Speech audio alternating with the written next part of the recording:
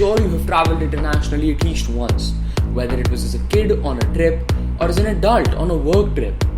Even if you haven't, you must know that international travel requires a passport. But what if I told you that your passport, yes, your passport that has your name on it, isn't actually yours? Would you believe me? I think not. But I can explain it all to you through a story that takes us back all the way to 1977.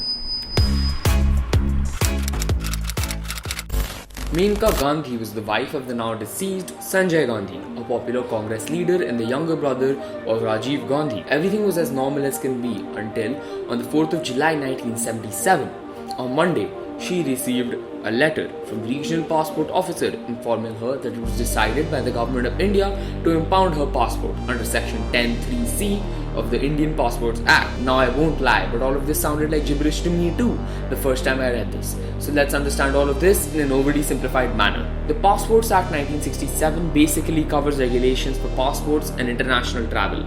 It's like the rule book for the game of flying internationally, or as some call it, sitting in the same uncomfortable seat while a child decides to throw a temper tantrum in the seat right behind you.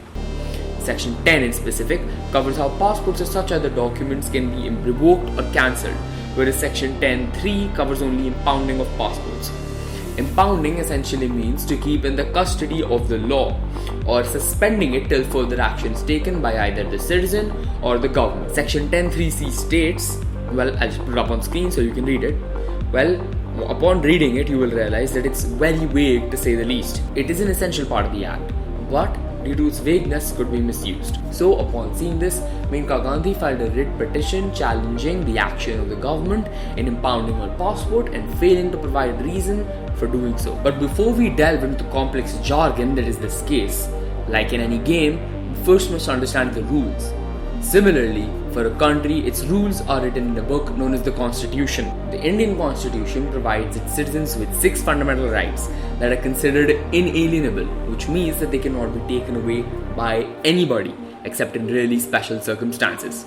The 6 fundamental rights are: number 1, the right to equality, which refers to equality before law, prohibition of discrimination, equality of opportunity in public employment, abolition of untouchability, etc. Second, right to freedom, which provides you with basic liberties such as the ability to reside anywhere in the country and right to free education between the ages 6 and 14. Third, right against exploitation, which refers to prohibition of human trafficking and forced labor and prohibition of child labor respectively. Fourth, right to freedom of religion, which provides freedom of conscience, profession, practice and propagation, freedom to manage religious affairs, etc. Educational and cultural rights, protection of interests of minorities and right of minorities to establish and administer educational institutions. This allows citizens residing in the country that have a distinct language, script or culture to preserve the same without facing discrimination of any sort. And finally, number 6, the right to constitutional remedies, which allows people to utilize the legal system if they are facing discrimination of any sort. The 3 articles, which are Articles 14, 19 and 21, form what is now known as the Golden Triangle, as they form the crux of our democracy, in specific our fundamental rights as we know it today. They provide us with coherent meaning when interpreted together and are thought to be connected. However, before this case, they weren't. All the constitutions have a certain part which states that citizens may be deprived of their rights to personal liberty through either the procedure established by law or the due process of law. And although these phrases may sound similar, I'll explain to you why they aren't.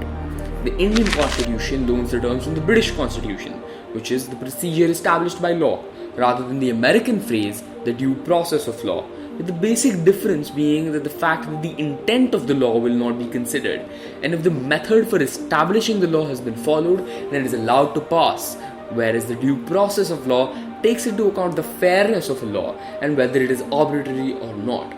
Basically, if any legislative body has passed some legislation that has followed the procedure established by law, basically previous law, then it will be allowed to pass by courts and the judiciary will not look at the intent or the fairness of the law.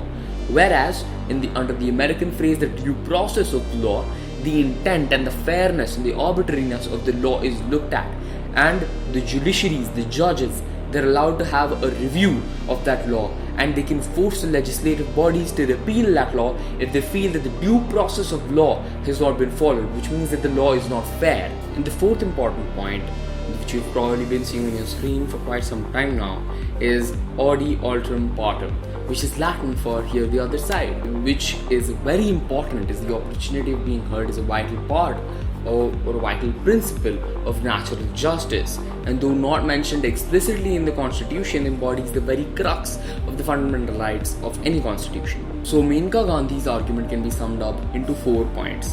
Number 1, by seizing her passport, the state violated her fundamental rights, and so section 10(3)(c) of the Passports Act 1967 violates article 21 because it violates the fundamental right to life and personal liberty. And 2, the articles 14, 19 and 21 must be read together and not mutually exclusive. The articles must be read and interpreted together rather than singularly to implement true justice, or what's known as natural justice. And number 3, India may not have adopted the American phrase due process of law, but even the British phrase process established by law should be fair and just or reasonable. So the fourth point was Audi, Alteram, Partem, which means here the other side, which is like we said, is a very important principle of natural justice, which was not followed in the proceedings of this case, because when Maneka Gandhi requested the government to provide her with the reasons for the impounding of the passport, she was told that it wasn't in public interest for the government to tell her why, and hence she objected to this, and this was one of the main points in her case. The government responded to this with, Point number 1. The word law could not reflect natural justice, and they emphasized the precedent used in the A.K. Gopalan case. Now you may ask, what is the A.K. Gopalan case? A.K. Gopalan was a communist leader in the newly formed Indian Republic. He was illegally detained by the government even after many court orders for release. He was held under the Preventive Detention Act 1950. So A.K. Gopalan obviously sued the government. The court, however, rejected the arguments given by A.K. Gopalan regarding the government violating his fundamental right to personal liberty, because they said that personal liberty means freedom of the physical body only and nothing beyond it. And in this way, the court restricted the meaning of Article 21 of the Indian Constitution. The Supreme Court also restricted Article 19 of the Indian Constitution because they stated that only a free man can enjoy freedom under Article 19 of the Constitution, and that when a person is under detention, he cannot enjoy freedom given on the Article 19 of the Indian Constitution. And because the procedure established by law has actually been followed. This is exactly why the Maneka Gandhi judgment is considered as a landmark judgment in India, because it helped interpret the Constitution in a more favorable way regarding citizens, because it allows for a fair and just process of law. But if you want a more detailed description, you could read through this, or I could sum it up in 2 lines. So I'll give you 5 seconds to make your decision. Well, assuming you're on this video, unlike me, you chose sanity. Well, what did the court say? Did they support Maneka Gandhi? Well, like I said, they did, but not really. The court considered both sides of the argument, and their judgment can be summed up into 3 points.